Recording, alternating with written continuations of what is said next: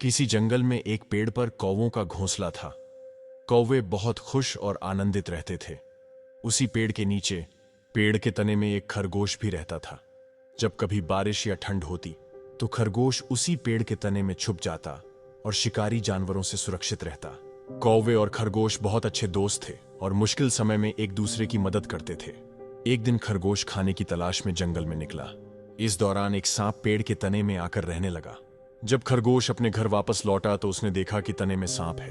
वह बहुत परेशान हुआ कि अब वह सांप से कैसे छुटकारा पाएगा। सांप को भी बहुत भूख लगी थी। उसने पेड़ पर चढ़कर कौवों के घोंसले के अंडे खा लिए, फिर वापस पेड़ के तने में छुप गया। जब कौवे अपने घोंसले पर लौटे तो देखा कि उनके अंडे गायब थे। खरगोश ने कौवों को बताया कि पेड़ के तने में सांप आ गया था और अंडे खा गया। कौवों को बहुत गुस्सा आया और उन्होंने सांप से बदला लेने का फैसला किया। कुछ दिन बाद खरगोश खाने की तलाश में एक सेब के पेड़ के पास पहुंचा, जहां बहुत सुंदर और लाल सेब लगे थे। लेकिन खरगोश के लिए सेब तोड़ना संभव नहीं था। उसने कौवों से कहा कि वे सेब तोड़कर नीचे फेंकें ताकि वह उठा सके। कौवों ने उसकी बात मान ली और पेड़ के ऊपर से सेब तोड़कर नीचे गिराए। खरगोश सेब उठाकर घर जाने लगा। तभी जंगल में एक लोमड़ी भी खाने की तलाश में घूम रही थी। अचानक उसकी नजर खरगोश पर पड़ी। लोमड़ी ने खरगोश को पकड़ने के लिए उसके पीछे दौड़ी, लेकिन खरगोश भागकर झाड़ियों में छिप गया। लोमड़ी ने खरगोश को तलाशना शुरू किया और उस जगह पहुंची जहां खरगोश रहता था। कौवों ने सांप से बदला लेने के लिए एक चाल चली और लोमड़ी से कहा, तुम किसकी तलाश में हो?